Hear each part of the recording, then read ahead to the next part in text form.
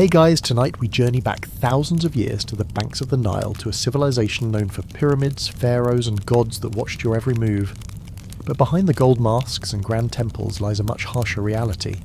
Today we're asking, what would happen if you lived just one day in ancient Egypt? Because let me tell you, the sun isn't the only thing that will roast you alive. So, before you get comfortable, take a moment to like the video and subscribe, but only if you genuinely enjoy what I do here. And let me know in the comments where you're tuning in from and what time it is for you. It's always fascinating to see who's joining us from around the world. Now dim the lights, maybe turn on a fan for that soft background hum, and let's ease into tonight's journey together. Welcome to ancient Egypt, land of pyramids, gods, and relentless ultraviolet violence. Before you even open your eyes, the sun is already blasting through your reed hut, like it's auditioning for the role of unforgiving sky god. There are no curtains, no shades, and certainly no air conditioning. Just the raw, unforgiving heat of the desert, baking everything, including you, by breakfast. You're lying on a straw mat with a linen sheet that's more suggestion than protection. The Nile breeze you were promised in all those travel documentaries? Yeah, it's gone. Probably died sometime around 2800 BC. By the time you stumble outside, the temperature's already flirting with 90-degree F or around 32 degrees C. And it's not even mid-morning. The sun doesn't just shine in ancient Egypt. It attacks your linen tunic. Useless. It's like wearing tissue paper in a sauna. And don't even think about sunscreen. There's no aloe vera, no SPF 50, not even a floppy hat with a logo from a beach resort. Ancient Egyptians did have protective oils, but unless you're wealthy or work in a temple, you're not getting any of it. Your best option? Smear yourself with mud or crocodile dung, which apparently might keep you from turning into a human torch. Emphasis on might. By midday, the stones under your feet are hot enough to cook lentils. Shade? It's a luxury. Trees are rare, and when you do find one, it's hardly much of a relief. If you're lucky, you might hide behind a mud brick wall. But even that wall is sweating now, just like you. And let's not forget, the sun, Ra, the mighty sun god, doesn't just shine. No, it watches, it scrutinizes, it demands. The hotter the day, the more Ra grins in the heavens, pleased with how thoroughly he's doing his job. And when you're drenched in sweat, heat turning your skin into leather, Ra's smile is a reminder that you're alive, but barely. It's a cruel kind of validation. But you press on, because you have to. There's no option to retreat into a cool room or jump into a refreshing pool. Your world is a furnace, and even as the sun climbs higher, so do your struggles. You take a breath, feeling the sticky air clog your lungs. The sweat drips down your forehead, a constant stream that never seems to end. It burns your eyes, leaving them stinging, while the sand relentlessly clings to your skin. Everything you touch is dust and grit. Your body, your clothes, your food. It's as if the entire world is made of sand and you're simply one more grain. The Nile is still a short walk away, but even that distance feels like an eternity in this heat. By the time you reach the water's edge, it's not a refreshing oasis, but an unpleasant reminder of the world you live in. The smell of the river, something between rotting fish and stagnant swamp, hits you first. You've heard the stories. You've heard it's sacred, revered, even worshipped. But standing there now, watching the murky water swirl, all you can think about is how this river is a life-giver and a death-bringer in equal measure. The sound of water lapping at the shore is muffled by the buzzing of flies. Too many of them, landing on everything, particularly your food. If the heat hasn't driven you mad yet, this sure will. You step into the water, careful not to disturb the algae-covered surface. This is where you wash. Soap? That's a luxury for the elite. You're left with only the harsh, abrasive sand that scrubs you raw. You hope it's enough. You get clean, well, as clean as one can get when surrounded by muck and parasites. You rinse off, your skin still gritty and covered with the faint scent of river mud. But no matter what, it's better than being sticky with sweat. At least for now. But soon enough, you're heading back. A full day's work awaits. And by work, we don't mean a quick stint at the office or a leisurely stroll through the park. No, in ancient Egypt, work is physical, relentless, and without mercy. You've barely recovered from the heat of the morning, and yet there's still so much left to do. Your stomach growls. Breakfast was nothing more than the toughest bread you've ever had, served with a dollop of beer, more like a liquid meal than anything enjoyable. It's thick, heavy, almost porridge-like, the kind of thing that could keep you going through a day in the desert. It's not fancy, but it's functional, and you'll need that. because you're about to start your day, and there's no time for anything else. There's no choice but to keep moving. If you stop, if you take a break, someone else will take your place. Someone else will get the grain for the day, the water, the bread. There's no time to rest. This is survival, plain and simple. So you suck it up and you keep going. But even as the work drags on, there's a strange comfort in the rhythm of it. The repetition, the labour, the heat. The way your muscles begin to burn, your body aches in all the right places. Your feet sore from hours of standing, walking and working. It's the kind of ache that settles deep in your bones, and in a strange way it makes you feel alive. At the end of the day, when the sun begins to set, there's a fleeting moment of relief. The air cools ever so slightly, but it's enough to remind you that the worst is over. For now. You're tired, utterly spent, but you're still standing. And that's something. As night falls over Egypt, a strange calm begins to settle, though the world around you is far from peaceful. The sounds of the day, shouting overseers, the clanging of tools, the relentless buzzing of flies, fade into a quiet hum. The Nile's murmur fills the air, like a distant lullaby, though its sweetness is far from comforting.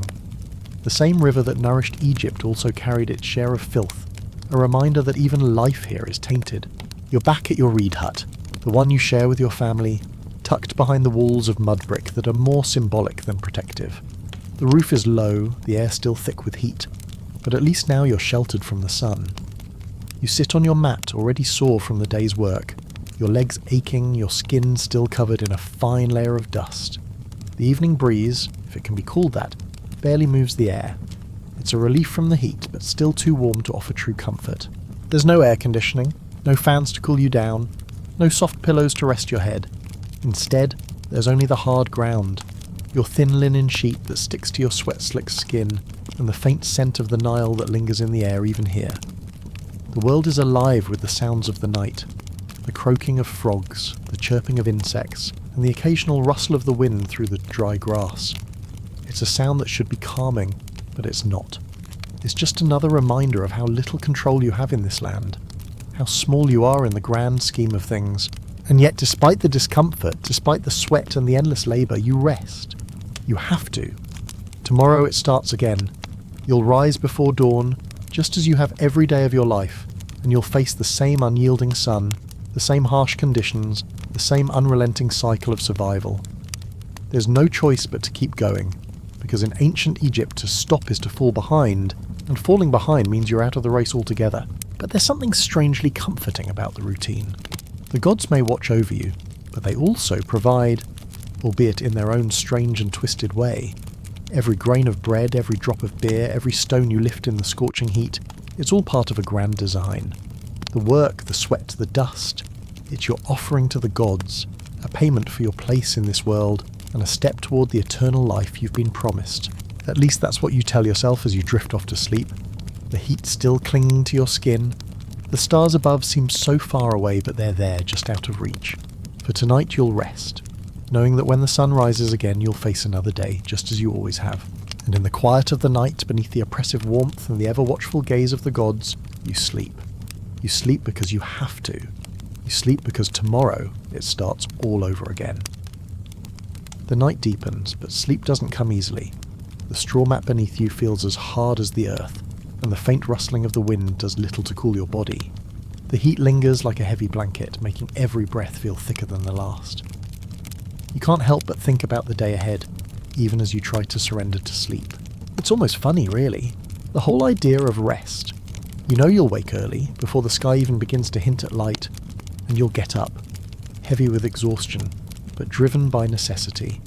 It's not just the day's work that takes its toll, but the knowledge that every day from sunrise to sunset is the same.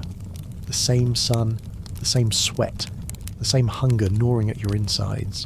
And yet, there's a strange comfort in it, a rhythm. Perhaps it's the same rhythm that the ancient Egyptians themselves found in their daily toil. It's a quiet acceptance of life's harshness. The gods may demand their offerings, the river may stink and the sand may always find its way into your bed. But there's something about surviving another day that gives you strength. It's as if you're part of something bigger than yourself, something ancient and eternal. Tomorrow, the same sacrifices will be made. You'll take your place in line, whether at the river's edge, with your hands submerged in the muck, or in the fields, your muscles straining beneath the sun's gaze. The rhythm doesn't change. But maybe that's what keeps you going. The knowledge that no matter how difficult today was, tomorrow is another chance to endure, another chance to honour the gods with your sweat, your strength and your survival. Eventually sleep creeps in, though it's restless and fleeting. The world around you is alive, even when you're not. The night hums with the sounds of creatures stirring in the dark, of distant movements that remind you you're part of a much larger existence. It's hard to say whether the gods are watching you now, but you can almost feel them, their presence lingering in the air like the heat of the day. The stars outside offer a glimpse of something beyond the earth, but they're distant, cold and unyielding, just like everything else in your world, and yet somehow you feel comforted by their glow. Perhaps it's because they too have been there forever. They've seen all this before. They've witnessed the endless cycle of life and death, the struggle and the survival. They stand as silent witnesses to the hardships that have always defined humanity, and in their silence there is a kind of peace. As your breathing deepens, the warmth of the night finally gives way to a fleeting coolness. For a moment you almost forget the sweat, the fatigue, the hunger, and the unrelenting sun. The night holds a quiet promise, a promise that despite the difficulties of the day you will rise again, stronger, because you have to. And so, as the shadows grow longer and the first hints of dawn begin to creep over the horizon, you sleep, knowing that tomorrow will be another day in this endless, brutal dance with survival. You'll wake and you'll go on, because in ancient Egypt, survival is more than a choice. It's a way of life. The first light of morning peeks through the cracks in your hut, and with it the day's warmth begins to creep in. You stir, but the weight of exhaustion keeps you pressed to the mat. For a moment, you wonder why it feels so hard to get up. The sun is barely rising, but already you can feel its heat on your skin, promising another grueling day. But there's no choice, is there? This is your life, and the rhythm of it calls to you even before your eyes open fully. The gods demand their offerings. The river calls for its tribute. The fields are waiting, your muscles groan in protest as you rise, aching from yesterday's labour, yet you can't afford to slow down. The moment you delay, you fall behind. And falling behind in this world means not eating, not surviving. So you rise. You wrap yourself in your linen tunic, feeling the weight of it, thin as it is, and step outside. The morning air greets you thick and warm, a constant reminder of the desert that never lets you forget it's there. The world is already alive. The sounds of birds and insects blend with the whispers of the Nile, a distant murmur of water flowing through the land that sustains you, though you'd rather not get any closer to it right now. The sky is still dark, but the sun isn't far behind. Its presence is already felt, pressing down on your shoulders as if it's waiting for you to make the first move. The horizon slowly begins to brighten, and you know what's coming. The heat, the dust, the endless tasks, it all starts again. But there's a strange, almost comforting certainty in that. The gods are there, watching, and that means you're alive. The Nile, with its quiet promise of life and death, calls to you again. You've made your way to the river many times, but it never feels any easier. The smell is pungent, a mix of fish and stagnant water, but you lower your jar and fill it anyway. The weight of it is familiar, comforting in a way, even as it pulls at your arms. The water, though cloudy and full of hidden dangers, is essential, and you carry it back, your feet sinking into the warm earth with each step. As you walk back to your hut, your body already starting to ache from the weight of the jar, you can't help but think of the day ahead. The sun will soon reach its zenith, and you'll be forced to work under its unforgiving gaze. But there's no escaping it. Not here. Not in Egypt. Breakfast is the same as it always is. Coarse bread, thick and difficult to chew, and a cup of beer, thick and warm. You sit, tired but steady, and eat. There's no rush to it. You know this meal, simple as it is all you can expect. There are no comforts, no luxuries, just survival. As you eat, you can't help but think of the gods. In this land, they are everywhere. Ra, the sun god, is with you every moment. His eyes on you as you work, as you eat, as you sleep. His heat is his blessing and his curse. But there's something oddly reassuring about knowing that Ra sees you. He demands your sweat, your labour, and in return, he grants you life. But life, in ancient Egypt, is never easy. The gods ask for so much and they give in return. What they give is simple, survival. But isn't that enough? To survive another day, to make it through the heat, the dust, the grind, and to know you've done your part in this grand divine cycle? And so, You finish your breakfast and you rise. The day waits for no one. The sun is already climbing higher, its rays fierce as they strike the earth. It's time to begin again. The sun is rising higher now, casting long shadows on the ground. The air, already thick with heat, presses down on you like a heavy weight, each step becoming a slow march toward another round of labour. You feel the sun biting into your skin, seeping through your thin linen tunic, and you know that by midday it will feel as if the very earth beneath you is turning to fire. You've become accustomed to the burn, to the way the heat seems to follow you everywhere, even when you try to escape it. The air is still, and the faint breeze that would have been a blessing in any other place has long since vanished, swallowed up by the desert winds. It feels as if the world itself is holding its breath, waiting for the sun to reach its peak. Your hands are already calloused, but they grip the familiar tools of your labour with ease. A simple wooden hoe, the rough handle now worn smooth from countless hours of work. The earth here is not forgiving. It is dense, dry and stubborn. But the grains must be planted, the barley must grow. The gods demand it, and you serve them. As you dig into the soil, your body aches with every movement. Your muscles scream, your back strains under the weight of your tasks. But there is no time for rest. Not here, not in this place. The fields must be tended, and the crops must grow, for without them there is no life. It is a hard truth, but it is the only truth that matters. The overseer, a shadow in the distance, keeps watch. His presence is a constant reminder that there is no escape from this cycle. Even if you wanted to, you couldn't stop. To stop would be to defy the gods. And defying the gods, well, that's not something anyone dares to do. The pharaoh is their chosen one, the living embodiment of Ra, and in this land his word is divine law. To question him, to slow your work, is to question the gods themselves. You glance up for a moment, shielding your eyes from the fierce sun. In the distance, a small group of workers is hauling stones for the construction of a nearby temple.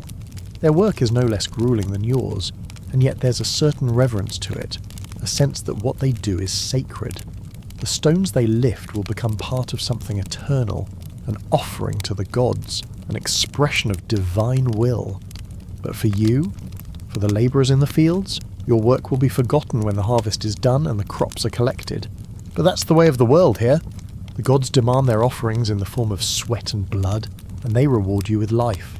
There's no glory in it, no grand legacy, just survival. And for most, that is enough. By midday, the sun has reached its zenith, and the heat is unbearable. The ground beneath your feet seems to shimmer with the intensity of the sun, and the air is thick with dust. You pause for a moment, wiping the sweat from your brow, your tunic clinging to your body as though it's part of the earth itself. The day is not done, and you cannot stop. There is no room for weakness here. In the distance, you hear the call of a horn signalling the midday break. You know it's only a short respite, just long enough to catch your breath before the work begins again. It's a small moment of relief, a chance to rest your weary muscles and drink from the water jar you've brought with you. The Nile, though muddy and tainted, is the only true source of life in this land. You drink deeply, the cool water momentarily soothing your parched throat. But as you stand there looking out across the fields, you can't help but feel a sense of awe. You're part of something ancient, something that has endured for thousands of years. You may not be a king or a priest, but in the eyes of the gods your work is no less important. You're a part of this cycle, this dance with survival, and for all its hardships, it is yours. As the break ends and the horn sounds again, you return to your work. The earth is waiting, the crops must grow, and the gods demand it. You walk back to the field, the weight of the day heavy on your shoulders, but there's no other choice. You don't think about the future, about tomorrow or the next day. You only think about the work, the labour, the heat and the gods. You bend once more to the earth, feeling the familiar pull of the soil as you continue your task. And somewhere, deep within, you find a strange comfort in it. There is purpose in the repetition, in the sweat and the strain. Because here, in ancient Egypt, survival is not just a matter of living another day. It is a divine offering, a testament to your place in the world. And as long as the sun rises and the Nile flows, that will be enough. The sun climbs higher, its merciless rays burning through the air. By now, the field is a blur of motion. Workers stooped low, hands moving in repetitive rhythm, pushing forward in the unyielding march of labour. The earth beneath your feet grows even hotter, each step now a battle between your will and the ever-present warmth of the land. Your muscles burn, but you don't stop. You can't. There's no time to pause, no room to slow down. The gods demand your devotion. And in this land, devotion isn't just about prayer or rituals. It's about survival. It's about working your fingers to the bone, pulling your strength from the earth, offering your sweat and your spirit as tribute to the divine. Every time you pull the plough through the thick, stubborn soil, it feels like a small victory. The earth resists, but you press on. Each grain planted is a step closer to the harvest, to the moment when the gods will look down and deem your efforts worthy. For now, it's just the monotonous rhythm of life. The thud of your feet against the hot ground, the steady scrape of the plough, the scent of the dry earth filling your nose. You glance up for a moment, just as a cloud drifts lazily across the sky. It's not much of a break, but for a second the sun's rays are dulled and the air feels just a bit cooler. The briefest of respites before the heat comes back in full force. You wipe the sweat from your brow with the back of your hand, your skin still slick with the day's work. A shout from the overseer jolts you from your thoughts. The work doesn't stop. The gods demand you keep moving, and so you do. There is no room for idleness in this world. You know your place, just as every other worker here knows theirs. You're not meant to question or rest. You're meant to serve, to toil, to honour the gods with every ounce of your strength. As the day stretches on, you feel the weight of time pressing down on you. The endless rhythm of the sun, the work, and the silence of the desert. Even the sounds of nature seem muffled in the heat.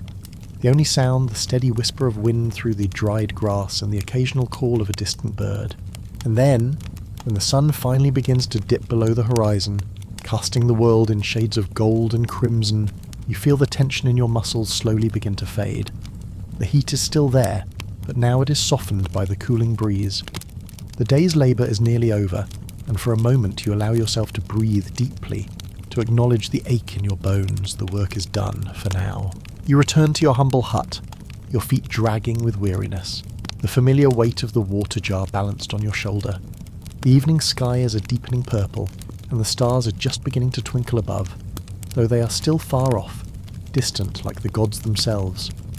The darkness is creeping in, and you know that soon the world will quiet again.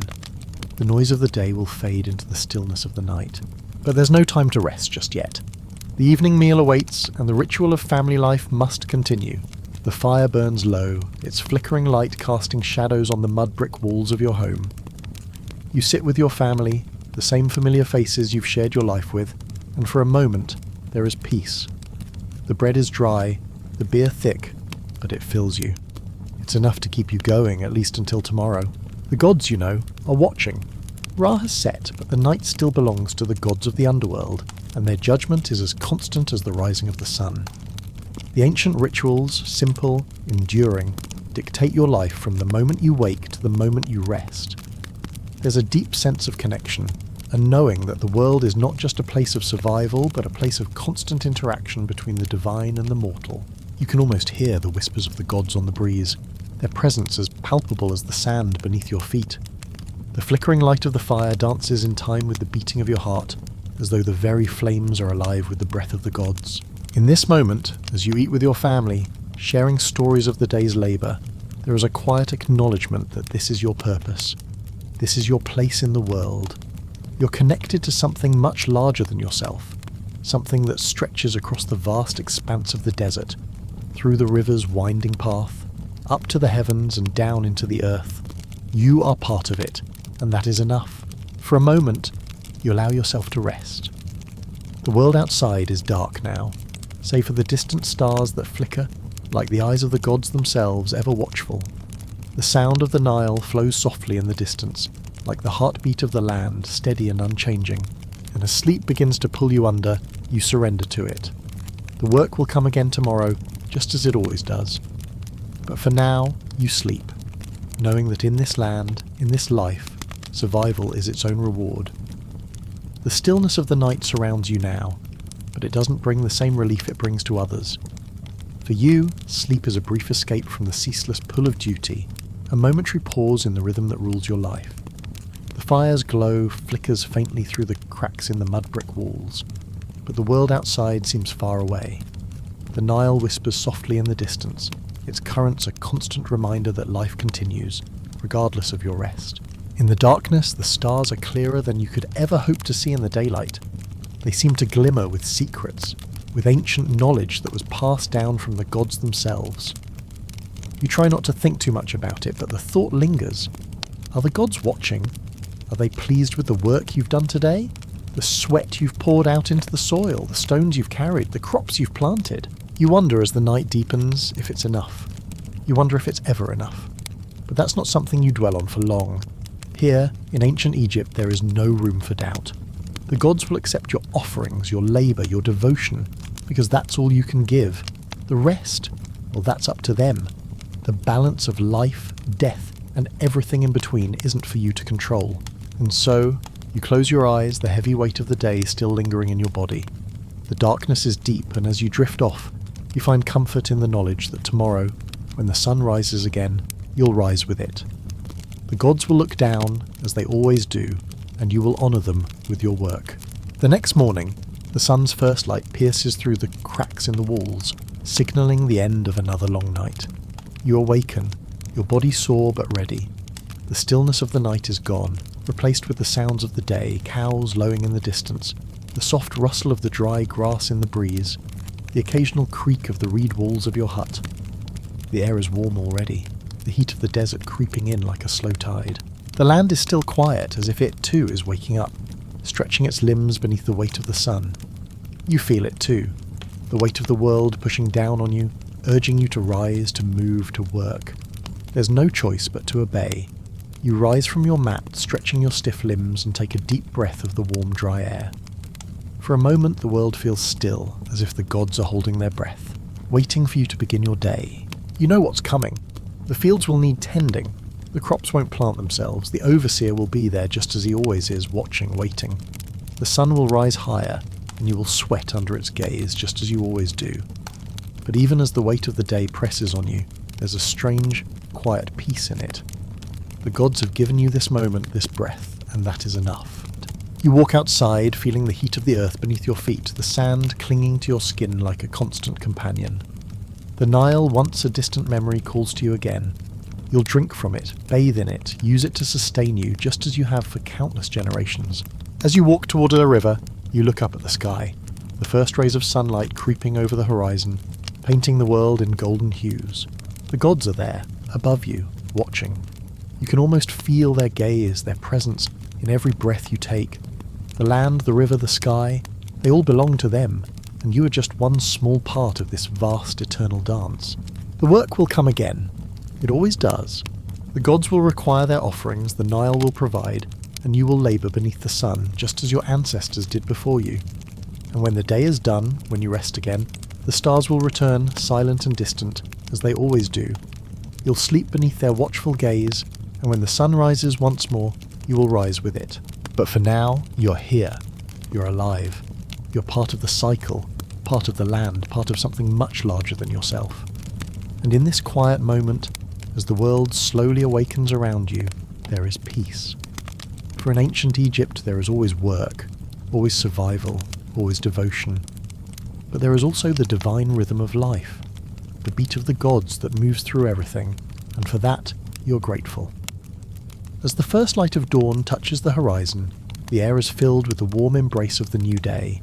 The fields beckon you, and despite the heaviness that clings to your limbs, there is a familiar, almost soothing certainty in it. The day ahead will be long, filled with toil and sweat, but it will be yours to endure. There's no room for hesitation, no time for doubt. The rhythm of life calls you forward, urging you to begin again. You make your way toward the fields, the familiar path beneath your feet, the earth beneath you still cool from the night. The air is still heavy with the scent of the desert, a blend of dust and warmth that wraps around you like a second skin.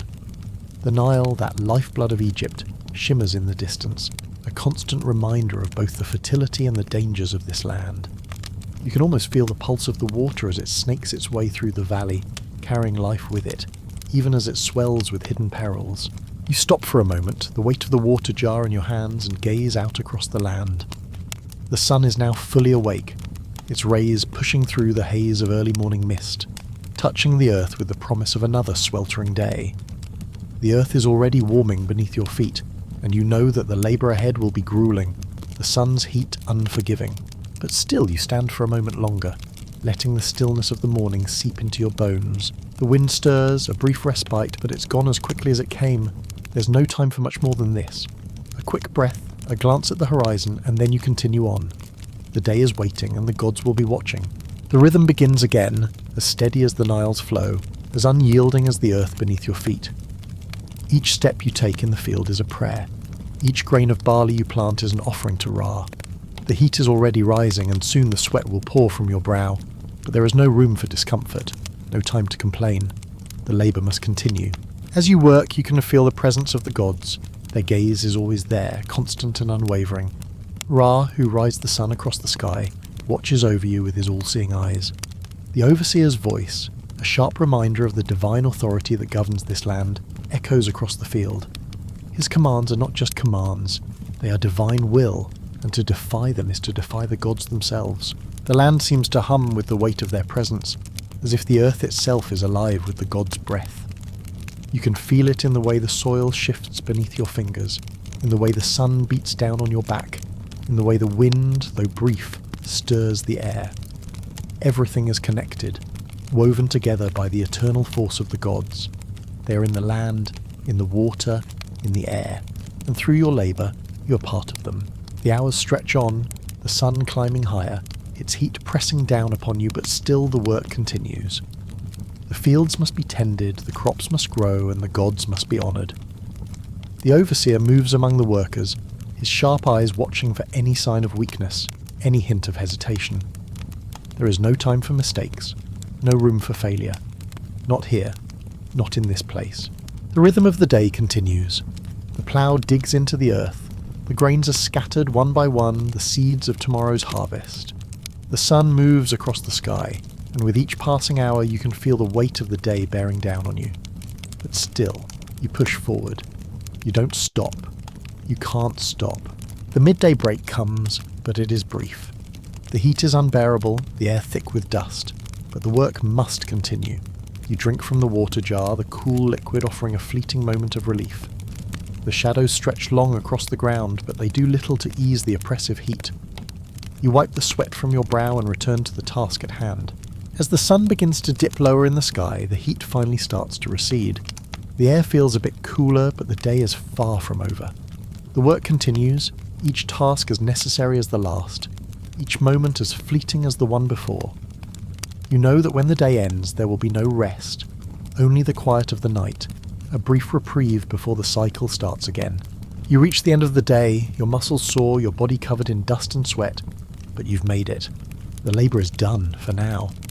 The sun sinks below the horizon, and the stars begin to reveal themselves in the clear night sky. For a moment you stand still, feeling the cool evening breeze against your skin, letting the quiet wash over you. Tomorrow it all begins again. The gods will watch, the work will continue, and you will endure. It's the only way. As night falls, the world seems to slow, but only slightly. The heat of the day is gone, but the weight of your labour lingers in every joint, every muscle. You find yourself back at your humble home, your feet dragging in the soft sand as the cool night air begins to fill the space. But rest, true rest, is a distant promise, as distant as the stars above. The fire flickers weakly in the corner of your hut. The warmth it provides a comfort you never quite realise you need until you're immersed in the coolness of the evening. There's something about this quiet time, the brief stillness between the labours of the day and the quiet of the night, that feels almost sacred. It's a moment when the gods are not watching directly, but their presence is still there, in the quiet hum of the earth, in the cool breeze that brushes across your skin. It's as if everything is winding down, yet you know deep down that this is simply another part of the endless cycle. You sit, worn but not yet ready to sleep, your thoughts drifting like the river's current, always moving, never still.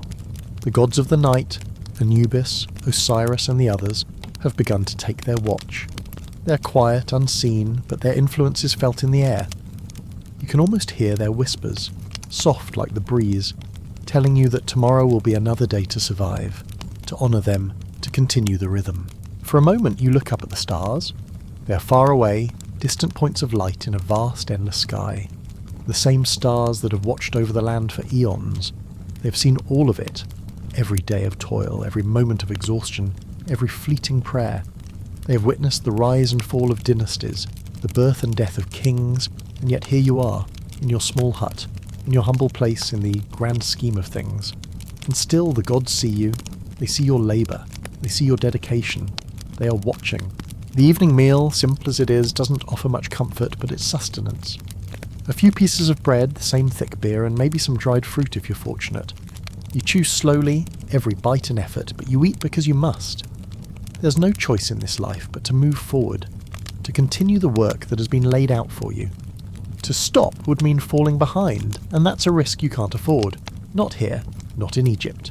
As you eat, you glance at your family, the ones who share this life with you, who understand the rhythm of the day better than anyone else. They too are worn, their bodies showing the marks of countless days of labour. But in their eyes you see the same thing you feel, the quiet, unspoken knowledge that this is your lot in life.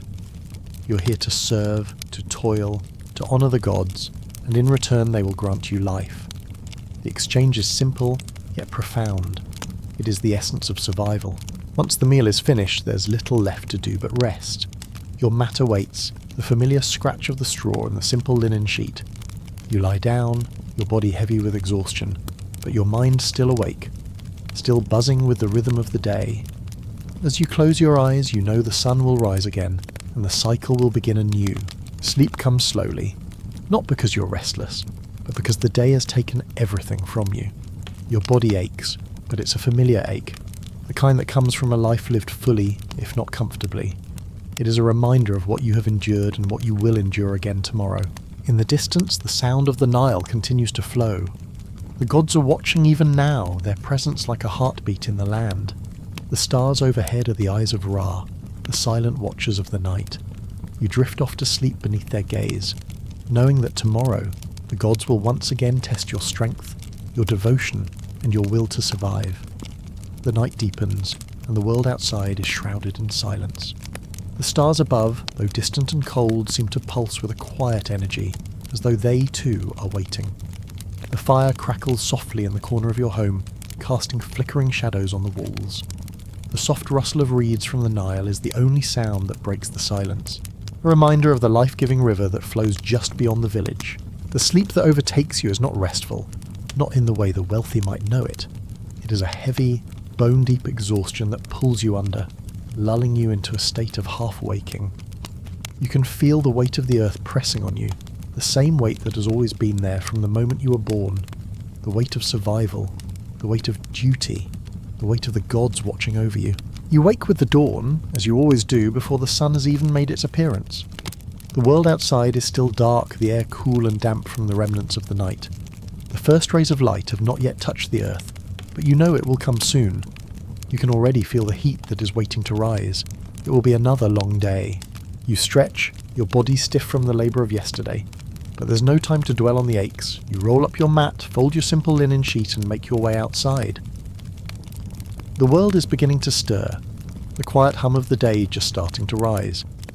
The animals are waking, the sounds of distant conversations from the neighbouring homes fill the air, and the subtle rustling of the reeds grows louder as the morning breeze picks up. You take a deep breath, filling your lungs with the cool, earthy air. The smell of the desert and the river mix together in a way that is familiar, comforting even. It is the scent of life, of endurance, of Egypt itself. You take a moment to stand still, letting the quiet of the early morning fill you. But soon the sun will rise, and with it the weight of the day will come. There will be work in the fields, tasks that demand your full attention, and the overseer's voice will call you to labour once again. The gods will watch, Ra will ride across the sky, his eye upon you, and your work will be your offering to him. Each grain you plant, each stone you move, each drop of sweat you shed is a prayer, a devotion.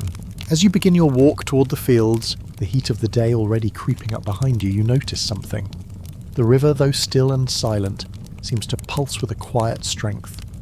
It is the lifeblood of this land, and though you rarely think of it as more than a means of survival, today it feels different. The water reflects the first light of the sun, shimmering with the promise of the day ahead. You pause for a moment by the riverbank, the cool mist rising from the water's surface. The gods are always here, in the flow of the Nile, in the land, in the sky above. They're in the very air you breathe. They're in your work. They're in the rhythm of every step you take, A soft sound reaches your ears, perhaps the distant call of a bird or the rustling of reeds. It is a sound you've heard 1,000 times before, yet today it feels different. It feels as though the land itself is speaking to you, urging you to continue, to honour the rhythm, to honour the gods. This is your life. This is your offering. You're part of something greater than yourself. A cycle that has been going on for as long as the earth has existed. With a deep breath, you turn away from the river and make your way to the fields. The day is waiting, the sun is rising, and soon it will be time to work. You will endure just as you always have, because this is the way of life in Egypt. There is no other choice. As you begin your labour, the hours stretch ahead, each one filled with the same rhythm, the same devotion. The sun climbs higher, the heat more intense, but you press on. The gods will look down on you and your sweat will be your offering. The work will continue, the cycle will repeat, and tomorrow, when the sun rises again, you will be here, doing the same. It is an eternal rhythm, and somewhere, beneath the weight of the sun, beneath the dust of the earth, beneath the sweat of your brow, you find peace. Not in comfort, not in luxury, but in knowing that you are part of this eternal cycle, part of the divine dance that has always been. The gods will watch, and you will work, and that is enough. The sun climbs relentlessly higher, its heat now fierce, baking the earth beneath you, but your movements remain steady, unyielding. The rhythm of your labour becomes second nature, as familiar as breathing. You feel it in your bones, the constant pulsating beat of the day, each moment just like the last, each task an offering to the gods. The weight of the sun is oppressive, but you've long since learned to carry it without question, to continue, to endure. This is the way of life in Egypt, unbroken, unrelenting and beautiful in its simplicity. As the hours pass, you find yourself lost in the rhythm of the work. The plough digs deep into the earth, and you follow, step by step, the same motion, the same movement. The grains of barley fall from your hand, each one a symbol of hope, of life. The earth drinks them in, and with each seed planted, the land responds, the gods respond. The sun may scorch you, the heat may overwhelm you, but there is something in the task itself that keeps you going. A quiet knowing that this is what you are meant to do. You pause for a moment, your breath coming in steady gasps as you wipe the sweat from your brow. The air is thick, but for a moment there is a strange calm. The world around you seems to blur, the distant hum of the earth, the soft rustle of the reeds, the occasional call of a bird. You breathe deeply, feeling the coolness of the Nile on the back of your mind, even though it is miles away. The river flows constantly, eternally, as it always has. It is the lifeblood of Egypt, and in a strange way, it is also your lifeblood. In this moment, you understand.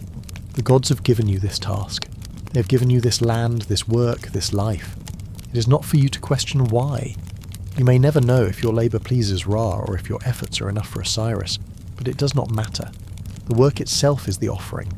Each step you take, each grain you plant, each stone you move is a prayer in its own right, and the gods, in their infinite wisdom, hear it all. As the day stretches on, you feel the weight of the work becoming more intense. The earth is dry, stubborn, and unforgiving, but there is a certain satisfaction in it. You push forward, feeling the steady rhythm of your hands, your feet, the pull of the earth beneath you. The sun beats down, but you are no longer thinking of it as an enemy. It is part of the cycle, part of the offering. Ra watches you, and you, in turn, honour him with every movement. The shadows lengthen, and the sun begins to dip toward the horizon. The heat begins to lessen, but it still clings to your skin, a reminder of the day's labour. Your body aches, but it is the good ache of work well done, of survival, of life. You take another breath, your chest rising and falling with the weight of the day, and you realise that this is what it means to live in Egypt. This is what it means to survive, to honour the gods, and to find peace in the relentless rhythm of life. As the evening settles in, the first stars begin to appear, distant points of light in the vast expanse of the sky. The day's labour is coming to a close, and the air cools, the temperature dropping slightly, but the night will not bring true rest.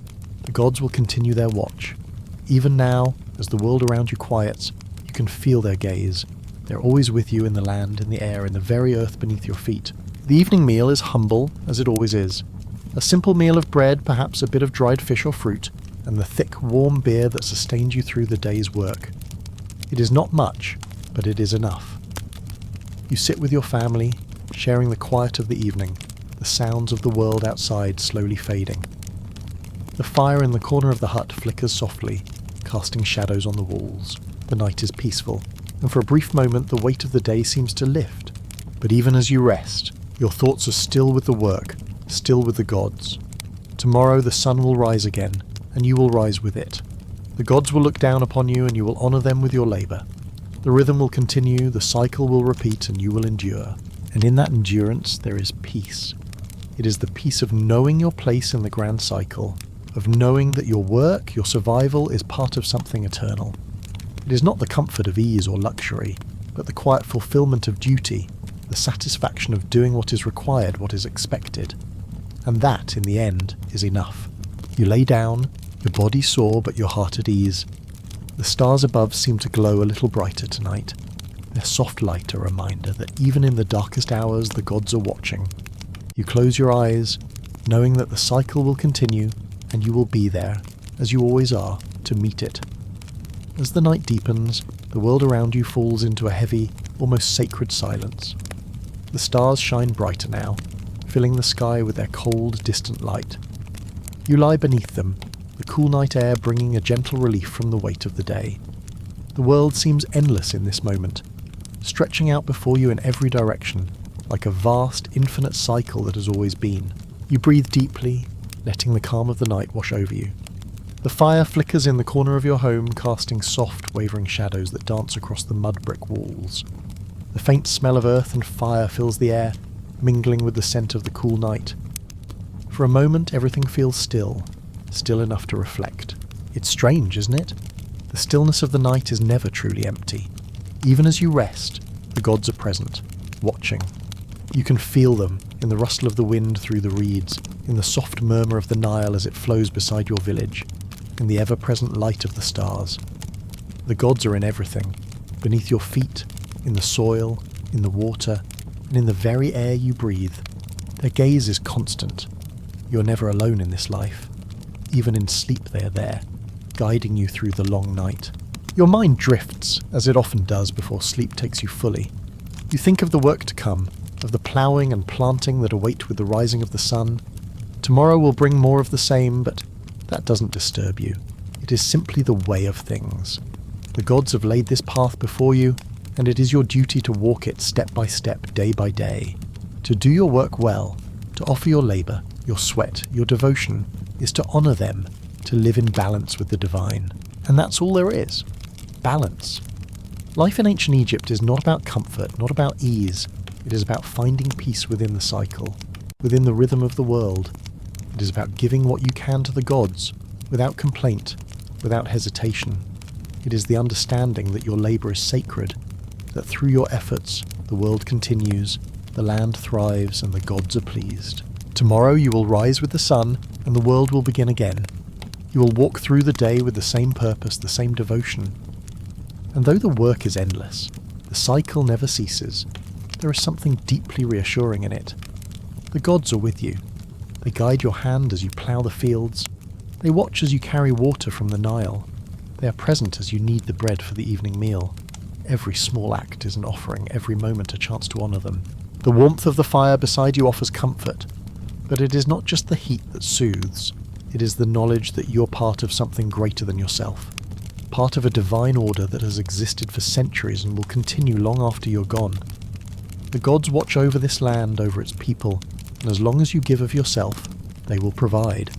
This is the agreement that has stood since the beginning of time, and it is the agreement that sustains you. You let out a long sigh, your body relaxing into the mat beneath you. The work has taken its toll on you, as it always does, but it is the kind of tired that is born of purpose, of devotion. You close your eyes, letting the quiet of the night settle over you. The hum of the world continues, the pulse of life moving through the land. The gods are here, always here, and you're not alone. The night passes slowly, and as dawn breaks once again, you stir from your rest, a deep familiar ache in your muscles reminding you of yesterday's toil. But this is no longer a burden. It's simply the way of things, the natural progression of life in Egypt. You rise, your body weary but not broken, and you prepare yourself for the day ahead. The gods have granted you another chance to fulfill your role in the eternal cycle, and you will not waste it. The cool morning air greets you as you step outside, and for a moment, the world feels peaceful again. The sun is still low, casting long shadows over the fields, and the land feels alive with the promise of the new day. The earth, still cool from the night, seems to hum with quiet anticipation, as though it too is ready for the work ahead. You take a deep breath, inhaling the fresh air, the smell of the desert mixed with the faint scent of the Nile. It's the same every morning, this calm before the storm of the day's labour. The sky is a soft pale blue, and the land stretches before you, vast and endless. There is beauty in the simplicity of it all, the endless cycle of day and night, labour and rest, life and death. The gods are still with you, as they always are. You feel their presence in the air, in the land beneath your feet, in the very rhythm of the day. They watch as you rise from your mat, as you prepare to give your labour in their name. Each task you complete is a prayer, each step you take is an offering. You may not see the gods, but you know they are there, watching, guiding, rewarding. As you walk toward the fields, the sun begins to rise higher in the sky, casting its golden light across the land. The heat will come soon, but for now it is bearable. The work is calling and you are ready. The rhythm of life begins again, the cycle unbroken. The fields are vast, stretching out before you, and you know what awaits. Ploughing, planting, and the endless repetition of tasks that will fill the hours of the day. But it is not a burden. It is your duty, your honour, and through it, you're connected to something much greater than yourself. The gods have entrusted you with the care of the land, and you will not falter in your responsibility. This is the life you have chosen, the life that has been passed down through the generations. You begin to work, the motions familiar, each one part of the sacred rhythm. The sun rises higher, its rays heating the earth beneath your feet, but you don't mind. The heat is part of the cycle, part of the offering. You feel the sweat dripping down your face, but it is not discomfort.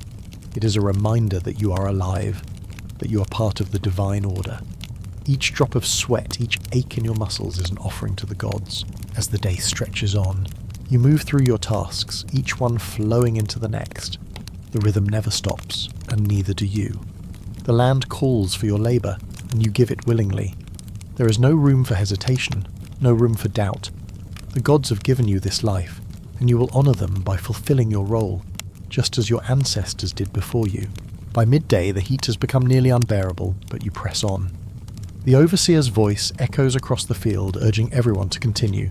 There is no room for weakness, no room for rest until the work is done. The gods watch over you, and you do not want to disappoint them. The hours pass in a blur, each moment part of the never-ending rhythm of life. The sun climbs higher, the heat intensifies, and yet you continue. You're not alone in this work. The land, the air, the gods, they're with you every step of the way. Each movement, each task is a prayer, and the gods listen. As the day begins to wind down, the sun's heat starts to lessen, but the work is far from over. The shadows grow longer, and you begin to feel the exhaustion of the day. But there is a sense of peace in it. You have given everything you can, and that is enough. The gods will reward you for your devotion, and tomorrow you will rise again to honour them.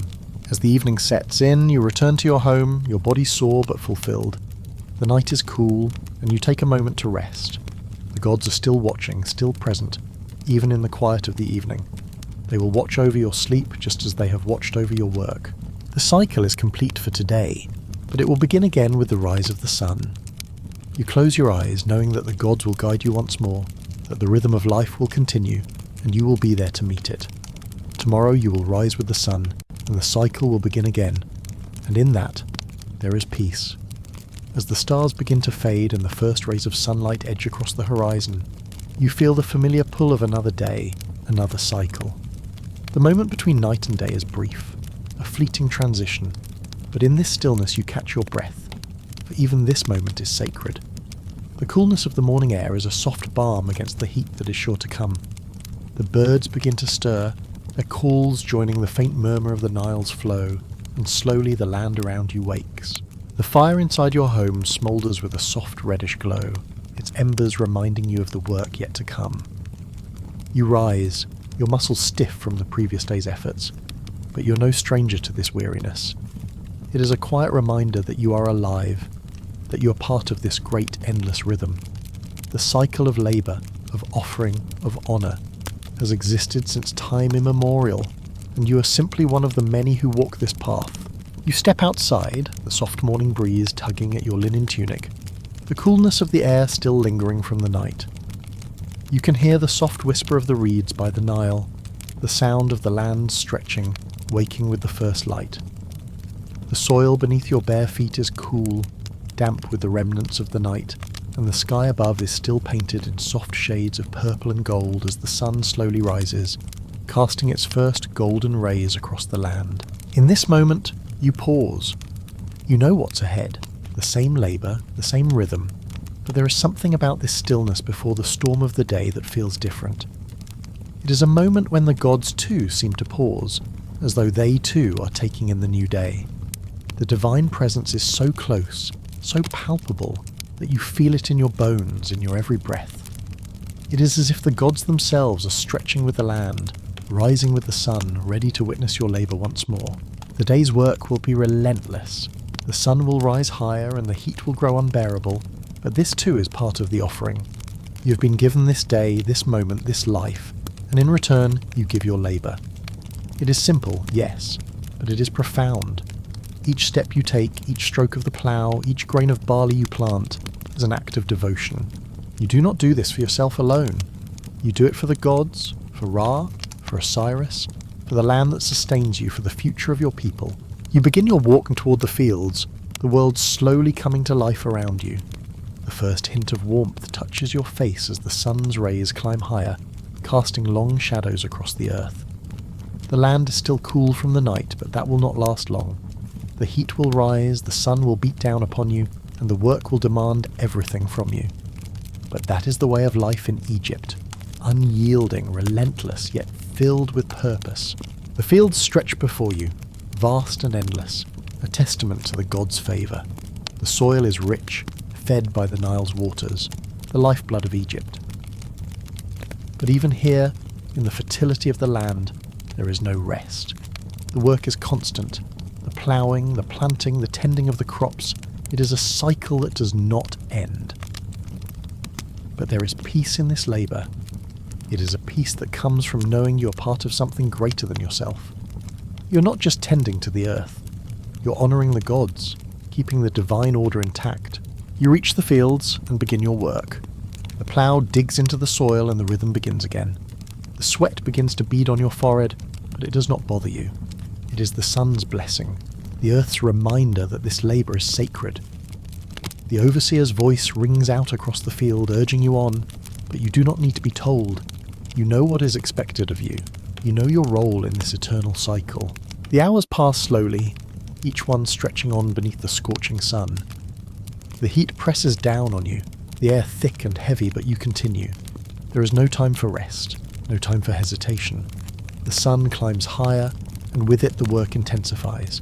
But you are not afraid of the heat. You are not afraid of the labour. You are part of this land, part of this cycle, and the gods are with you. By midday the sun is high, its rays fierce and unrelenting.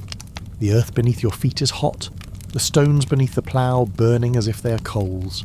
The sweat pours down your face, stinging your eyes, but you do not stop. You cannot stop. The gods are watching, Ra is watching, and the land must be tended.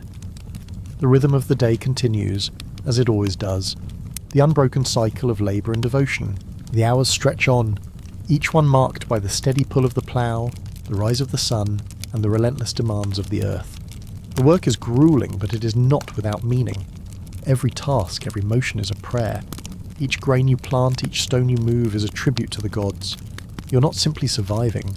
You're honouring the divine, fulfilling your role in the grand eternal cycle that has sustained Egypt for generations. As the day begins to draw to a close, the heat starts to ease, but the fatigue lingers.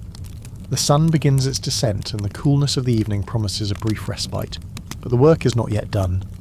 You continue, each movement a part of the rhythm, each step a part of the offering. When the evening finally settles in, the land is quiet once more.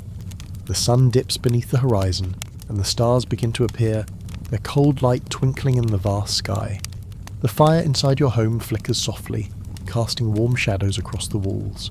The world is settling into the quiet of the night, and yet the gods remain with you. Their presence is still felt, in the hum of the earth, in the coolness of the evening breeze, in the quiet rustling of the reeds along the Nile. The labour of the day is done, but the rhythm continues, unbroken. Tomorrow the sun will rise again, and the cycle will begin once more. The gods will watch, and you will rise to meet them, to fulfil your duty, to honour the divine order that sustains life in Egypt. It is a life of labour, of offering, of devotion. But it is a life that is deeply connected to something greater, to the gods, to the land, to the eternal cycle of life and death. And in that connection, there is peace. As the stars begin to fade and the first rays of sunlight edge across the horizon, you feel the familiar pull of another day, another cycle. The moment between night and day is brief, a fleeting transition, but in this stillness you catch your breath, for even this moment is sacred. The coolness of the morning air is a soft balm against the heat that is sure to come. The birds begin to stir, their calls joining the faint murmur of the Nile's flow, and slowly the land around you wakes. The fire inside your home smoulders with a soft reddish glow, its embers reminding you of the work yet to come. You rise, your muscles stiff from the previous day's efforts, but you are no stranger to this weariness. It is a quiet reminder that you are alive, that you are part of this great endless rhythm. The cycle of labour, of offering, of honour, has existed since time immemorial, and you are simply one of the many who walk this path. You step outside, the soft morning breeze tugging at your linen tunic, the coolness of the air still lingering from the night. You can hear the soft whisper of the reeds by the Nile, the sound of the land stretching, waking with the first light.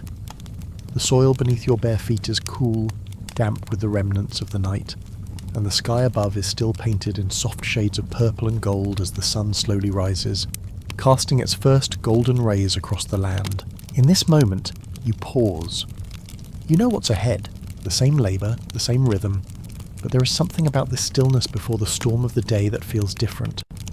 It is a moment when the gods too seem to pause, as though they too are taking in the new day.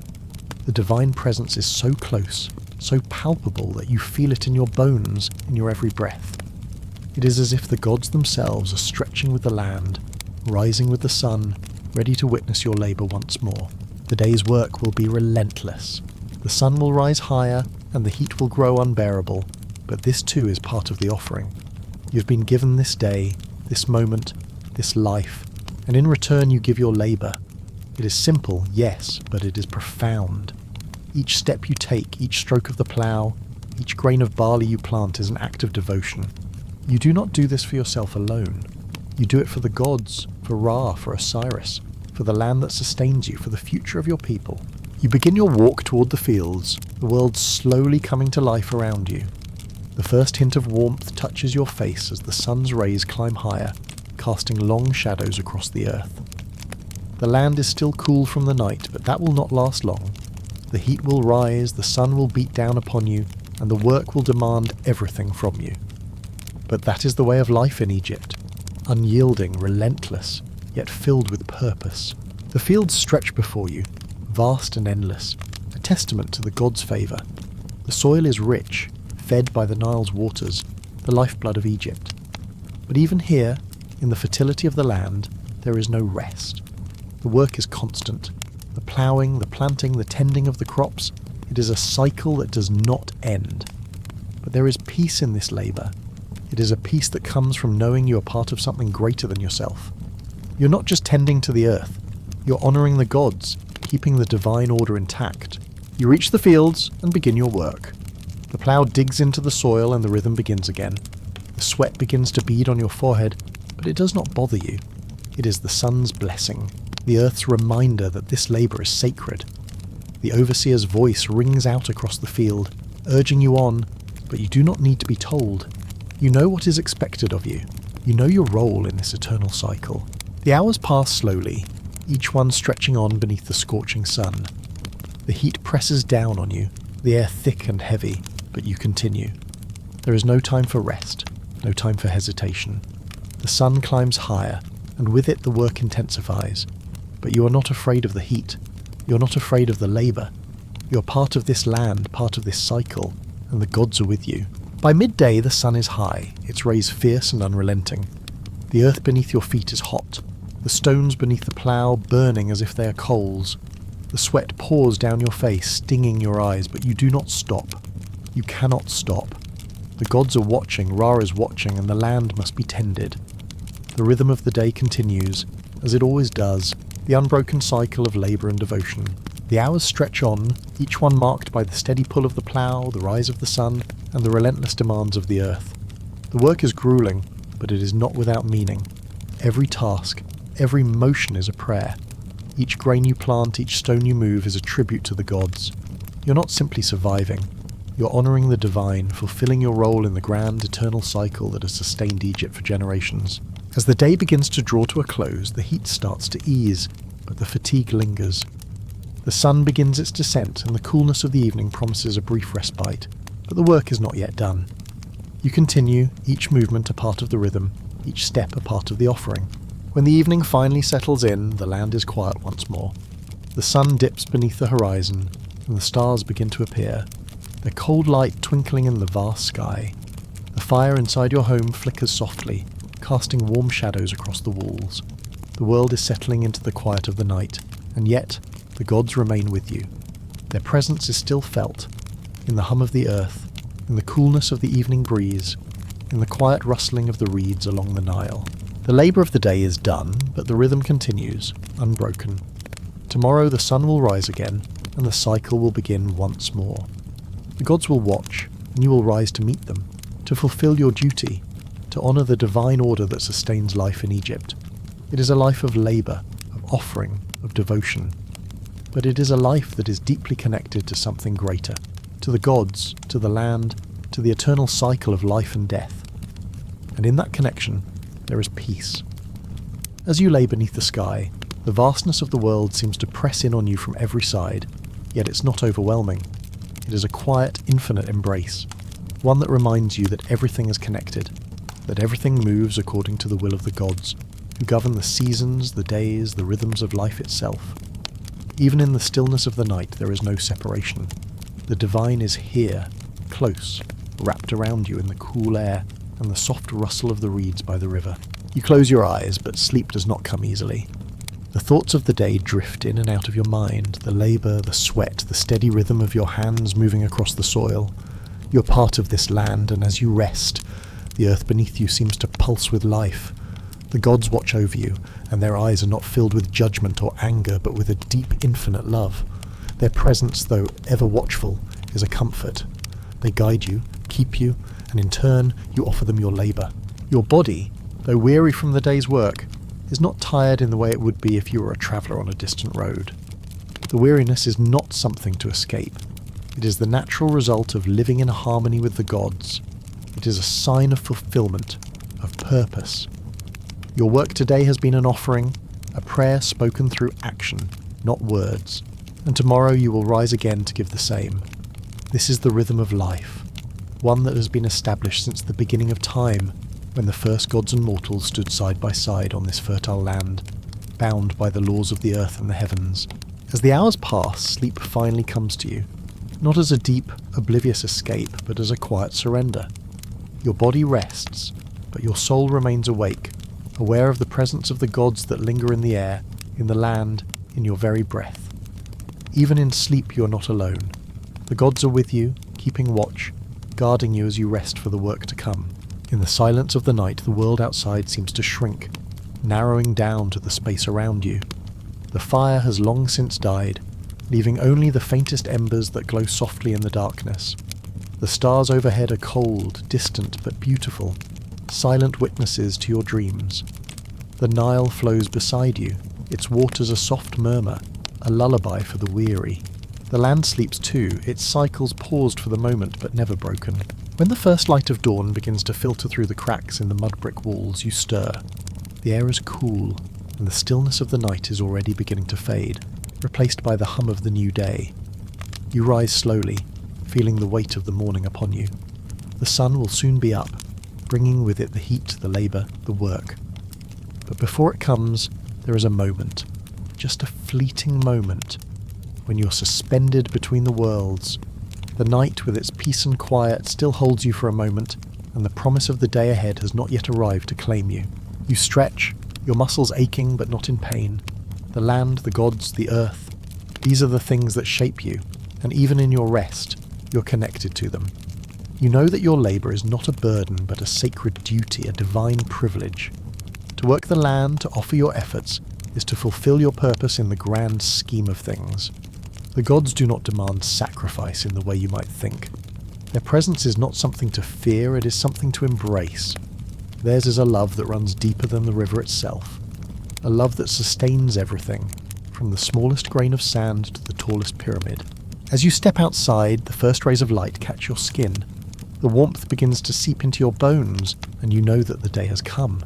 The earth around you stirs, the birds take flight, and the distant sound of the water calls you back to the river. The cycle is beginning again. The labour, the offering, the devotion, it all starts anew. You gather your tools, feeling the familiar weight of them in your hands. The plough, the sickle, the water jar, all of these are instruments of devotion. They're your way of communicating with the gods. You will take each step, plant each seed, move each stone with their presence in your heart. The work is the prayer. The sweat on your brow is the incense. The heat of the sun is a reminder of the divine power that governs this world. The land stretches before you, boundless, filled with promise, filled with the future. You take a deep breath, grounding yourself in the rhythm of it all. There is peace here, in the cycle of life, in the knowledge that you are part of something greater. The work will be hard, the sun will grow hot, the hours will stretch long, but you will endure, because this is what you were made for. The gods will watch, and you will honour them with each breath, with each step, with each task. As the day unfolds, you feel yourself becoming one with the land, one with the rhythm. Your hands move with grace, each motion familiar yet sacred. The earth accepts your offerings, and the gods are pleased. You are their servant, but also their companion, walking this path side by side with them, in a rhythm that stretches back to the beginning of time. And in this labour, in this devotion, you find your peace. It is not in the comfort of rest or the luxury of ease. It is in the act of living, in the giving of yourself, in the work that is your prayer. The cycle continues, and with it you find your place in the vast eternal dance of life. As the sun climbs higher, you feel its presence more deeply, like a constant companion, pushing you onward. The heat becomes a weight you carry, but it's not unbearable. It is part of the offering, a reminder that you are giving all of yourself to the gods. Each step you take, each drop of sweat that drips from your brow, is a prayer in motion. You know that the land will respond to your labour, that the gods will hear your offering and bless you in turn. You glance at your fellow workers, all of you moving in sync with the earth, the rhythm of your actions unbroken. Some of them are older than you, their faces etched with the marks of many years of labour, while others are young, their energy boundless and eager. Together you form a living testament to the strength and endurance of Egypt. The gods look upon you all, and you are aware that though each person has their own tasks and burdens, you are all bound by the same divine rhythm, the same offering, the same purpose. The overseer calls out, his voice echoing across the field, urging everyone to keep moving. You do not resent him for his commands. There is no room for resentment here. You understand that his role, though difficult and at times harsh, is also sacred. He is a representative of the gods, a steward of divine order. He ensures that the work is done in harmony, that the labour is distributed fairly, and that the rhythm continues without interruption. He is as much a part of the cycle as the rest of you. There are no leaders here in the traditional sense. No kings or rulers, not in this moment. You're all part of a greater whole, each of you fulfilling your role, walking in unison with the divine will. Even in your labour, you're reminded of your connection to the gods. The earth you plough is sacred ground. The seeds you plant are gifts for the future, and the work itself is an act of worship. As you work, your hands move naturally, as though they have always known these tasks, as though the land itself has taught you how to tend it. It is in these small, quiet moments that you feel most at peace. You're not thinking about what comes after this. There is no future beyond this. There is only the work, the offering, and the gods who watch over you. They are here, in every grain of sand, in every stroke of your hand, in the very air you breathe. For a moment, you stop and look around you. The fields stretch out as far as the eye can see, lush and fertile, the dark green of the crops contrasting against the golden earth. The horizon is a blur of distant mountains, their peaks softened by the haze of the midday heat. The sun beats down relentlessly, but you are not deterred. You are not alone in this task. The land is alive, the gods are with you, and the cycle continues. The sweat on your brow is not a burden. It is a testament to the work you have done and the work yet to come. There are no complaints here. No grumbling, no desire to rest. In Egypt, labour is not something to be avoided or feared. It is a sacred act. It is a way of life. You're proud of your work, proud of the harvest that will come from the seeds you plant. You're proud to be a part of something that sustains not just you and your family, but the entire land, the entire kingdom. The gods have given you this responsibility and you accept it willingly. As the day wears on, the work does not lessen, but neither does the sense of purpose. You move through each task with focus and precision, your body knowing what to do without thought. The rhythm is ingrained in you now, in your every step, in your every breath. Even when the sun becomes a furnace in the sky, even when your body aches and your muscles scream for rest, you do not stop. You cannot. This is the way of life. This is the divine order. In the late afternoon, as the sun begins to dip lower in the sky, you feel a sense of accomplishment settling in. The work is nearly done, but it's not the end that matters. It's the effort, the offering, the devotion that has gone into every step, every motion. You pause for a moment, your body exhausted but your spirit full. You have done your part and the gods will see it. Their favour is in the earth, in the crops that will soon grow tall, in the life that continues to pulse beneath the surface of this sacred land.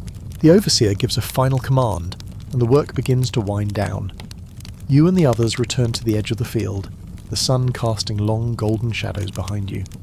The air is cooler now, and the breeze from the Nile carries with it a sense of relief, a reminder that the land always gives back. The river's flow is steady, unbroken, just as your labour has been. And as you stand there, taking in the view, you realise that this is the peace you sought. Not in rest or comfort, but in the knowledge that your work is part of something much greater, much more eternal. As the evening settles in, you gather your things and begin the walk back to your home. The night is cool, and the stars begin to sparkle above, the same stars that have watched over Egypt for millennia. You walk beside the river, the sound of the water gentle against the silence of the night. The gods are still with you. They are always with you. Their presence is in the land, in the work, in the very air you breathe. And as you return to your home, you know that tomorrow the cycle will begin again. But for tonight there is peace. The offering has been made and the gods are pleased. Tomorrow you will rise again and the work will continue. And so it goes, the endless rhythm, the eternal cycle. Life in Egypt is simple, but it is sacred. In your labour, in your devotion, you find your purpose. You find your peace. The gods are with you always, and through them, you are never truly alone. As the evening darkens, you settle into your mat, the familiar scratch of the straw comforting in its predictability. You stretch, feeling the deep ache in your limbs as your body slowly unwinds from the labour of the day. It's a strange sort of rest, not the kind of sleep where you forget the world, but one that allows your body to renew and refresh for the work ahead. The work is never truly over. It is just a cycle, ebbing and flowing like the river that sustains you. The moon rises, casting its pale light over the land.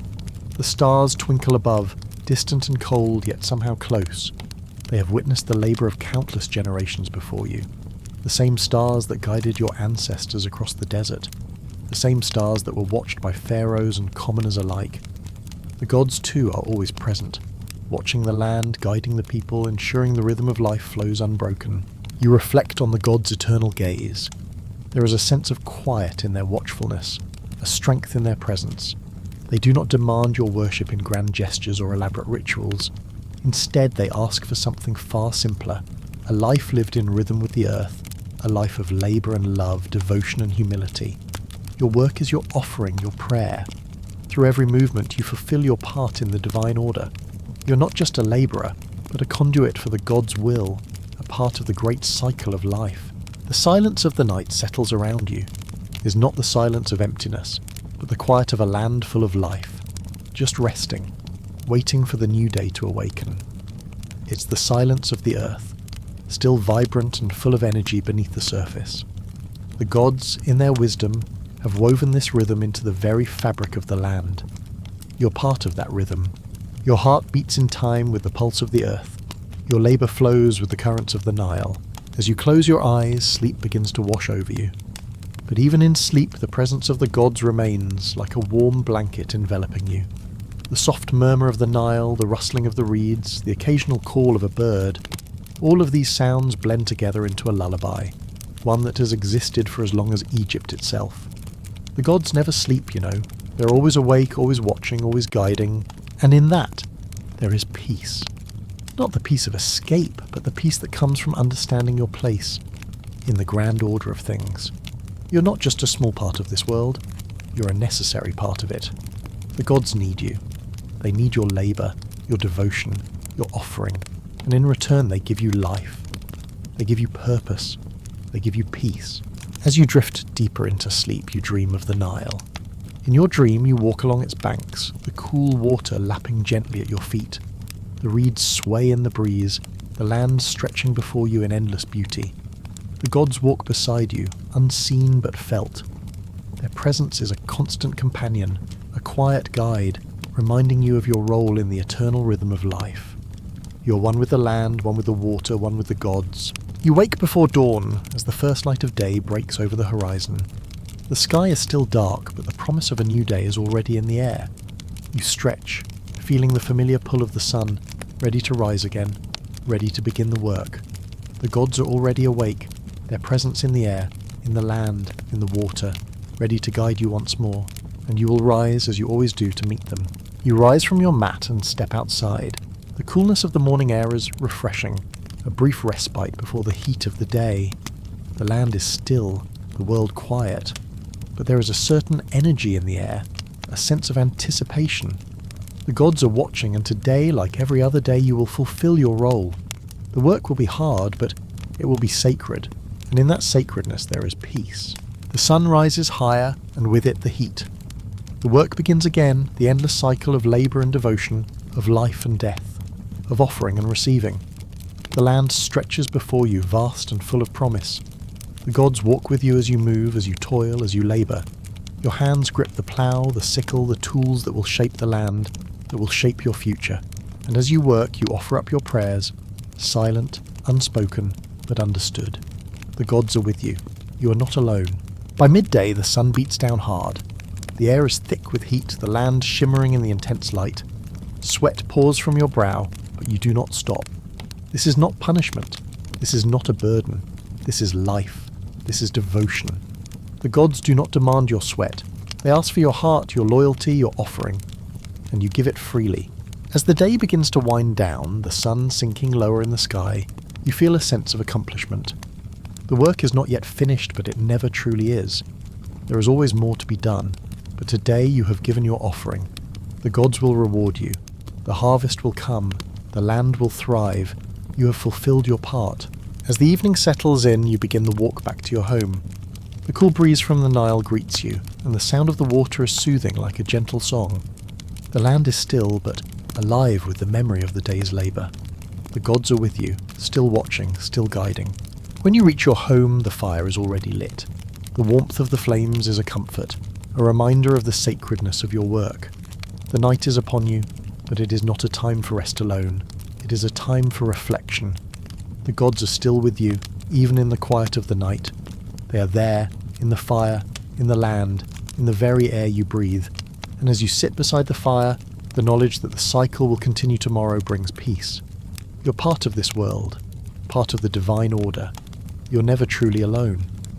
As the evening deepens, the silence of the night wraps around you like a blanket. But it is not empty silence. It is the quiet hum of the earth, the river, and the ever-present gods who are woven into the fabric of every moment. As you sit by the fire, gazing into the distance, you once again realize that everything in this world is interconnected, that everything moves in a divine rhythm, an eternal dance that has been going on since the beginning of time.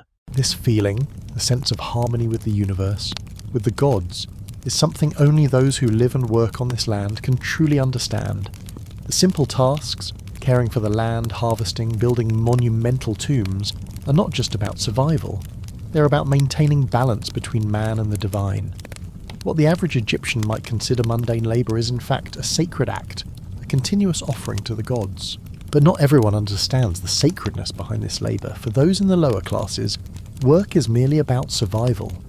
There is no choice, no escape, only the necessity of working tirelessly under the scorching sun. They are the farmers, the labourers, the servants. those who will never set foot in the grand temples, never see the face of the pharaoh, and never experience the luxuries of the upper classes. Yet, for these individuals, the connection to the gods is still felt in every moment of their labour. Each act of work, from ploughing the fields to building tombs, is a way of honouring the gods. They may never offer elaborate prayers in temples, but their sweat, their effort, their very hands working the earth are their offerings. And in return, they are part of the cosmic cycle, an eternal rhythm that sustains both the gods and humanity. Even in the harshest moments, when the sun beats down and the earth becomes an unrelenting furnace, there is no resentment. There is no complaining. There is no room for it. The Egyptians understand that life is a cycle, a divine order set in place by the gods, and their role is to accept it, to contribute to it, to honour it. Every act of labour, no matter how small or painful, is a tribute to the gods who gave them life, and in that tribute they find peace. There is no rebellion here, no questioning of the gods or of the divine will. It is understood. Every grain of sand beneath their feet, every drop of sweat that falls from their brow is a sign of devotion, of fulfillment. To labour is to live, and to live is to serve the gods. The gods are not distant figures on a throne, but ever-present forces that shape the land, the people, and the very rhythm of life itself. As the day wears on, you and your fellow labourers continue with your tasks, moving in unison, a collective effort to sustain the land and the divine order. The overseer, though stern and sometimes harsh, is no different from the rest of you. He too serves the gods in his role, ensuring that the labour is done in accordance with the divine rhythm. The work is hard, but it is sacred, and that is what makes it bearable, that is what makes it meaningful. As the sun begins to set, casting long shadows across the land, you feel a deep sense of accomplishment. The day's work is not finished, but it never truly ends.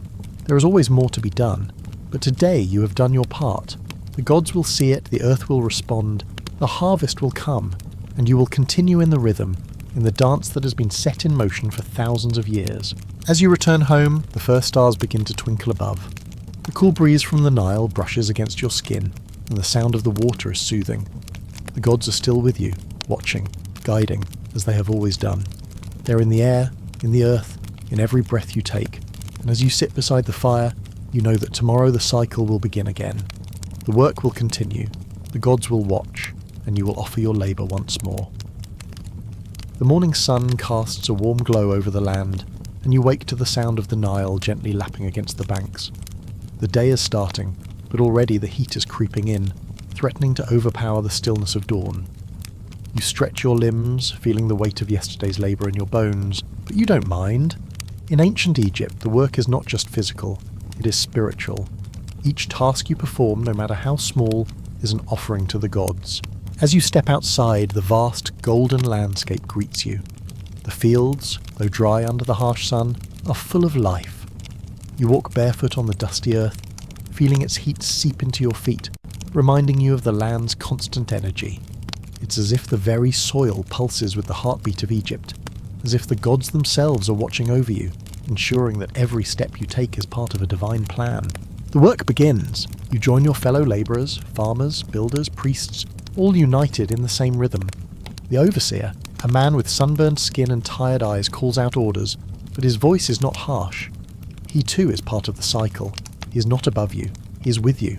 The work belongs to everyone, and in this unity there is strength. There is peace. The day passes in a blur of effort and sweat. You labour under the sun, but your thoughts remain calm. You understand that the gods do not want mere worship. They want you to live in accordance with the rhythms of the earth. To work, to create, to sustain life. This is the offering. This is the devotion. No temples, no grand rituals, just the daily work that shapes the land. By midday the heat is unbearable, but you press on, knowing that the work is not for nothing. The crops you tend, the stones you move, the mud you shape, these will all bring life to Egypt. These will sustain the kingdom. The pharaoh may be far away, but he is never truly out of reach. His rule is felt in every brick laid, every seed sown. He too is part of the rhythm, and through him the gods watch. As the sun begins to set, the land cools and the work slows. The fields, the city, the river, they're all quiet now, each part of the cycle resting before it begins again. You pause, taking in the beauty of the landscape, the golden hues of the setting sun casting long shadows across the land. It's a peaceful sight. one that fills you with gratitude. You have done your part today. The gods have seen it. As you head home, the air is cooler, and the sky is painted in shades of orange and purple. The river whispers its ancient secrets as it flows, and you know that tomorrow you will wake and the rhythm will begin anew. The gods will be there, watching, guiding, as they have since the beginning of time. In Egypt, every day is a divine cycle. Every task is sacred. You do not need the grandeur of temples or rituals to feel the gods' presence. You feel them in the earth beneath your feet, in the work of your hands, and in the rhythm that connects everything. And in this connection, there is peace. There is purpose.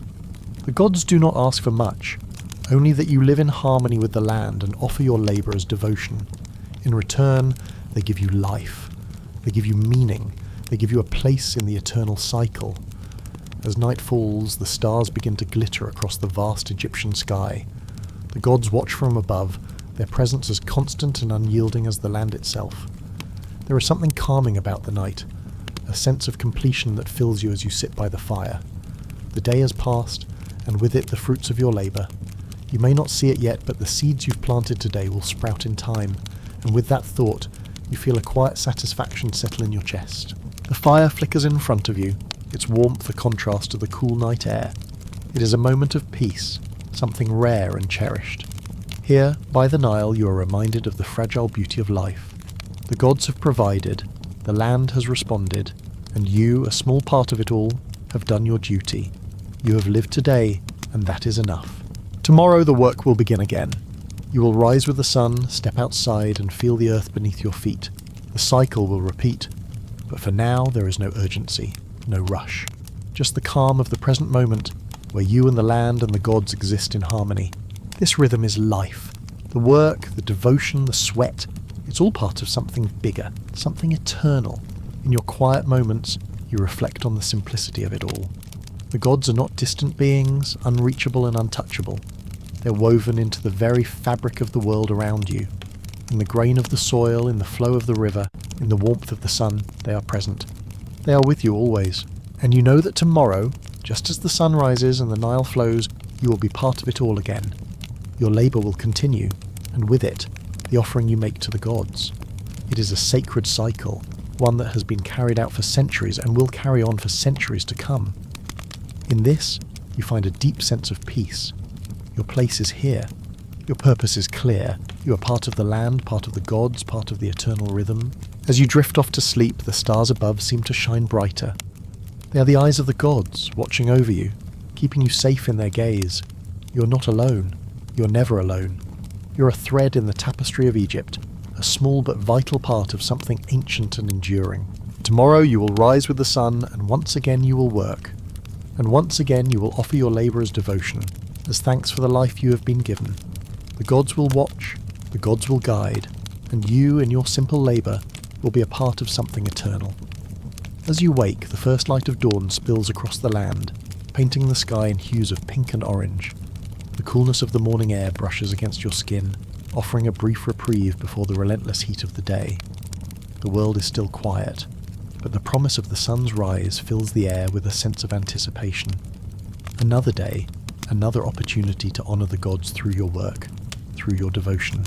You rise from your mat, feeling the familiar stretch of your body as you prepare for the day ahead. The simplicity of it all is grounding, the bare necessities, the basics of life. The earth beneath your feet, the breath in your lungs, the steady rhythm of your heart. You walk outside, the world coming alive around you. The sounds of the river, the calls of the birds, the distant murmur of life stirring, everything is connected, moving as one. The land feels alive this morning, just as it did yesterday, and the day before that. It's a cycle that has been in motion for eons, and you are a part of it. You know that your work today will serve the gods, the land, and the people. There is no greater honour. With each task, from tilling the soil to building the temples, you are contributing to the greater divine order that sustains all of Egypt. The heat of the sun begins to rise as you and your fellow workers set to task. The labour is hard, the sweat pouring down in rivers, but the rhythm of the work becomes a comfort. You move in unison, an essential part of the grand dance that has kept Egypt strong and prosperous for centuries. You dig into the earth, plough the fields, and shape the stone, each action a silent prayer. Your body is weary, but your spirit is steady, knowing that this labour is your offering. It is not just for survival, it is for the gods, and through them, for Egypt itself. The overseer calls out, his voice cutting through the air. There is no anger in his command, no resentment. He too is part of the cycle, part of the divine order. His role is as sacred as yours. He ensures that the work is done in harmony, that the labour flows in rhythm with the sun, the earth and the gods. The work is not about struggle, it is about devotion. It is about contributing to the grand eternal plan of the gods. As the day stretches on, the heat grows intense, but you press forward, your hands working steadily. You take solace in the thought that each moment, each movement, is a reflection of your connection to something greater. The gods are with you, watching over you. They do not demand sacrifices of wealth or grandeur. They demand only your devotion, your labour, your respect for the divine order. And in return they provide the land, the river, the crops, the very air you breathe. By midday the sun is a fierce burning presence, and the land shimmers in its heat. But you do not stop. You feel the steady rhythm of the work in your bones, and you know that this is what you were made for. The earth, the sun, the gods, they have all played their part in shaping you, and now it is your turn to offer something back. The hours pass, and slowly the intensity of the sun begins to wane. The coolness of evening approaches, and with it a sense of relief. The day's work is almost complete, but the satisfaction of having done your part, of having honoured the gods with your labour, fills you with peace. The rhythm has been maintained. The cycle continues. As you return home, the stars begin to twinkle in the sky. The river reflects the night's light, a calm and steady presence in the darkness. You feel the presence of the gods as you walk, silent, watchful, guiding. They're always with you, and as long as you remain true to the rhythm of life, true to the cycle, you will never be alone. You sit by the fire once more. The warmth of the flames a comfort after the day's toil. You reflect on the simplicity of your existence, on the profound peace that comes from knowing your place in the world. The work, the offering, the devotion, it is enough. The gods have seen it. They are pleased. And with that knowledge you can rest easy, knowing that tomorrow the cycle will begin again. As the night deepens, the sounds of the land grow softer. The wind through the reeds, the occasional ripple of the Nile and the distant croak of a frog are the only sounds that fill the air. But in the quiet, the presence of the gods is palpable. They're in everything: the land, the air, the water. The sun that rises each day, the stars that guide you at night, the very earth beneath your feet. All of it is sacred, and you, like every other Egyptian, are an integral part of it. The gods do not speak in loud, dramatic voices. They speak through the world around you, through the daily rhythms of life. The rising sun tells you that the day has begun, that it is time to work, to honour the cycle. The Nile, ever flowing and constant, reminds you of the fertility of the land and the sustenance it provides. The stars, shining brightly above, speak of the eternity of the gods, of the vastness of the universe and your place within it. As you sit by the fire, the warmth of the flames flickering in the cool night air, you reflect on the role of the gods in your life. They do not ask for grand displays of wealth or power. They ask for something simpler, something more profound: devotion. The gods want you to live in harmony with the land, to honour the divine order through your labour, your actions and your respect for the natural world. You realise that your work, though hard, is not a burden. It is an offering.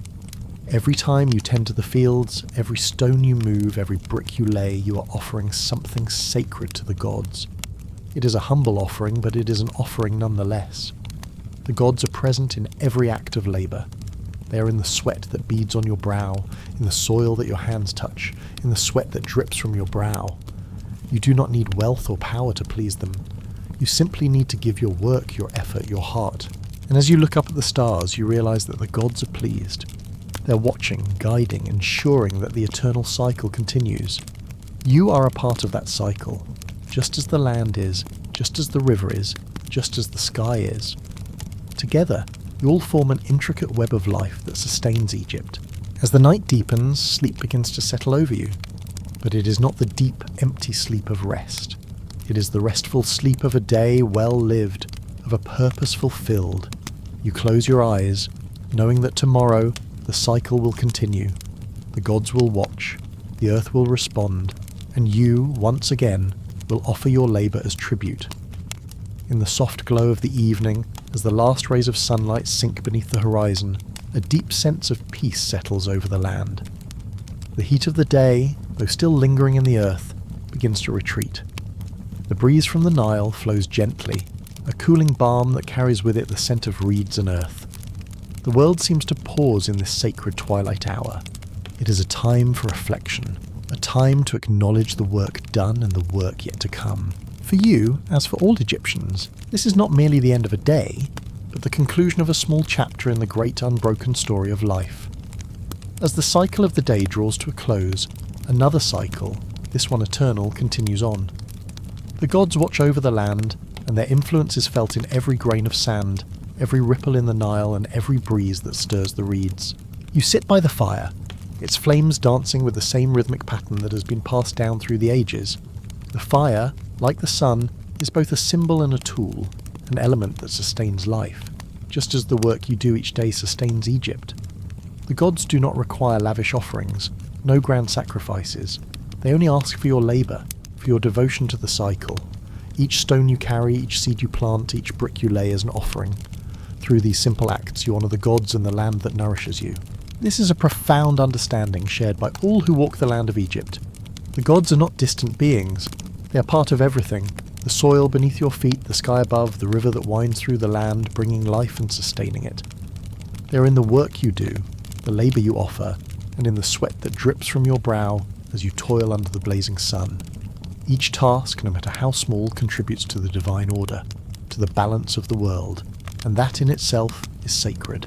The work of the day is done, but the sacred rhythm continues. As night falls, the stars begin to twinkle in the vast expanse above, reminding you of the cosmic order. The gods are watching, always present, always guiding.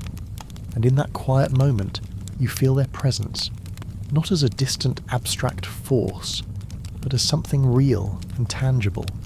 You know that you are not alone in this labour. The gods are with you in every movement, every breath.